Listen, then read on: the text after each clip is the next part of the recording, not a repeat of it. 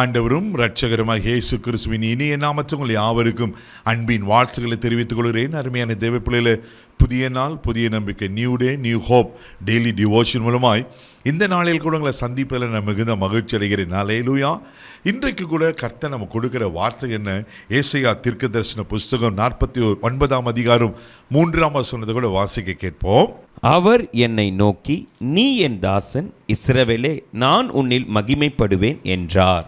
அல்லேலூயா, ஆமென். அவர் என்னை நோக்கி, நீ என் தாசன், நான் உன்னில் மகிமைப்படுவேன். அல்லேலூயா.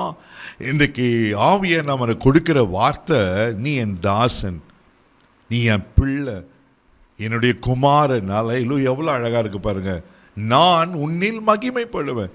பாருங்க, சங்கீதத்தின் புஸ்தகம் 104ஆம் சங்கீதம் 1வது வசனத்தை வாசிக்கும் போது இங்க இப்படியா அழகா சொல்லப்பட்டிருக்கு. வாசிக்க கேட்போம். என் ஆத்துமாவே கர்த்தரை ஸ்தோத்தரி, என் தேவனாகிய கர்த்தாவே, நீர் மிகவும் பெரியவராய் இருக்கிறீர், மகிமையையும் மகத்துவத்தையும் அணிந்து கொண்டிருக்கிறீர். அல்லேலூயா, அல்லேலூயா. அவர் யாருங்க? மகிமையையும் மகத்துவத்தையும் அணிந்து கொண்டிருக்கிறாராம். அவ்வளோ பெரிய தேவன். நல்ல ஆதாம ஆண்டவர் படைக்கும் போது எப்படி படைத்தார்? தன்னுடைய சாயலாக தனது ரூபத்தின் படைத்தார். மகிமையின் சாயலாக படைத்தார். அவன் ட்ரெஸ்ஸே இல்லை. எப்போ பாவம் செய்தாங்களோ அப்போ தான் அங்கே நிர்வாணம் என்று உணர்ந்து கொண்டாங்க. தேவ மகிமையால் முறையப்பட்டதான் தேவ பிள்ளைல. அப்போ ஆண்டவர் சொல்கிறாரு, நான் மகிமைப்படுவேன்.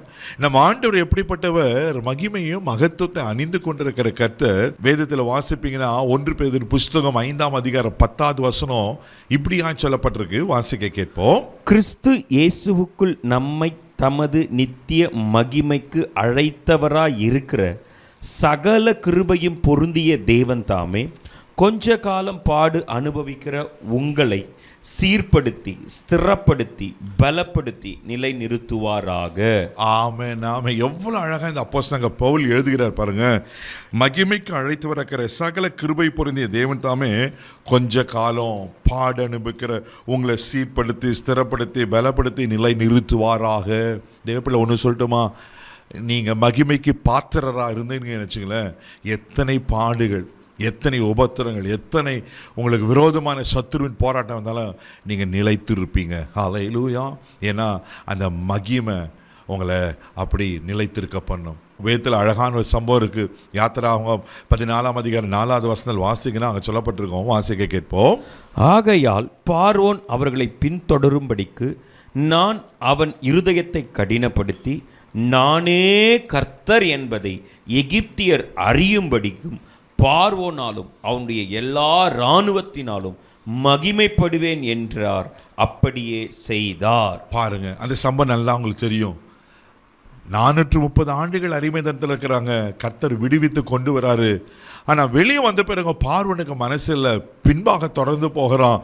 அவர்களை பிடிப்பேன், தொடருவேன், அழிப்பேன், நாசம் பண்ணுவேன் என்று. ஆனால் நடந்தது என்ன தெரியுமா?